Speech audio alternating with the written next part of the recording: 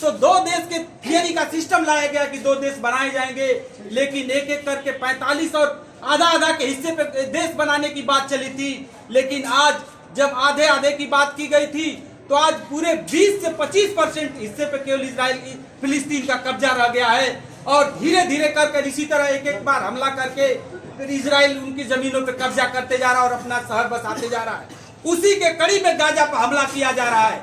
Israel की साजिश है कि इस हमास के हमले के बहाने पूरे गाजा को कब्जा कर लेना चाहता है, खंडहर बना दिया हुआ है गाजा को। इस बात को हमें समझना पड़ेगा।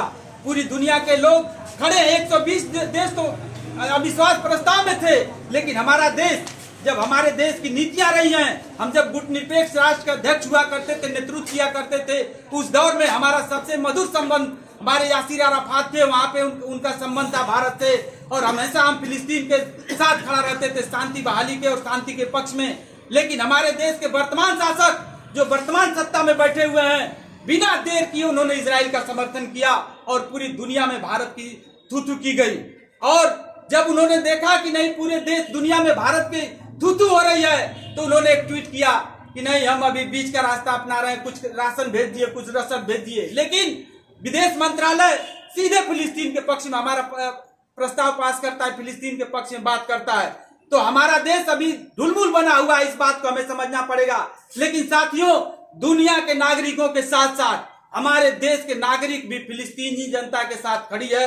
हम भी देश की जनता फिलिस्तीनी जनता के साथ एकता बनाए हुए हैं कि यह जो हमला हो रहा है इजराइल के द्वारा हमास के बहाने, हमास को पैदा किसने किया, इस बात को समझना पड़ेगा कि हमास किसके द्वारा बनाया गया है।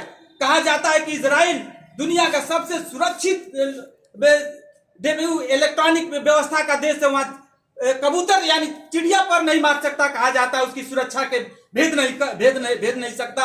आप सोच सकते हैं कि इतनी कड़ी सुरक्षा जो अमेरिकी की सुरक्षा व्यवस्था के देखता है, हमास 8 घंटा उसके बॉर्डर में घुसता है। हमास के लोग 8 घंटा उसके सुरक्षा को चक्र को तोड़ के घुसते हैं और जाके पूरा तोड़ फोड़ करते हैं और ये करते हैं। आप समझ सकते हैं कि कितनी बड़ी साजिश भी हो सकती है। इजराइल में नेतन्याहू आज अलग थलग पड़े हुए थे।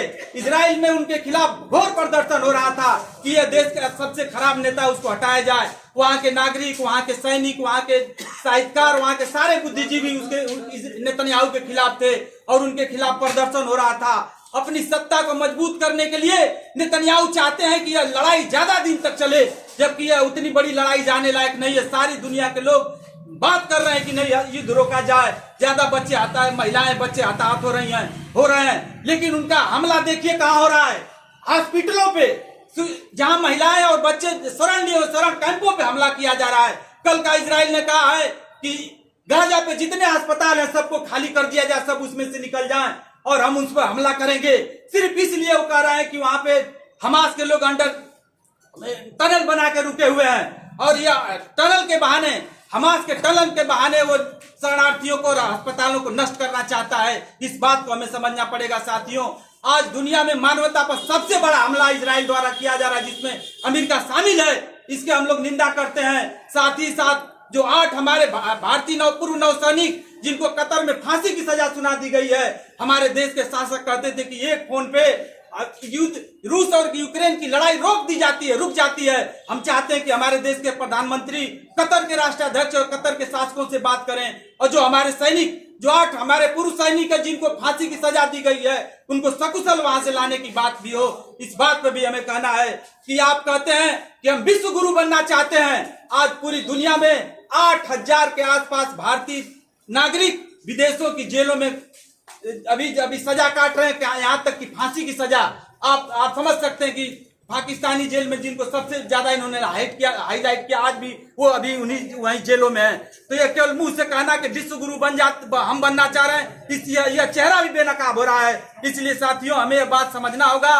और ये अमेरिकी नेतृत्व में जो साम्राज्यवादी हमला है, जो युद्ध थोपा जा रहा है पूरी दुनिया पे, इसके हमको निंदा करना है और पुरजोर विरोध करना है। इन्हीं सब बातों के साथ अपनी बात समाप्त करते हैं। इनकलाब जिंदाबाद।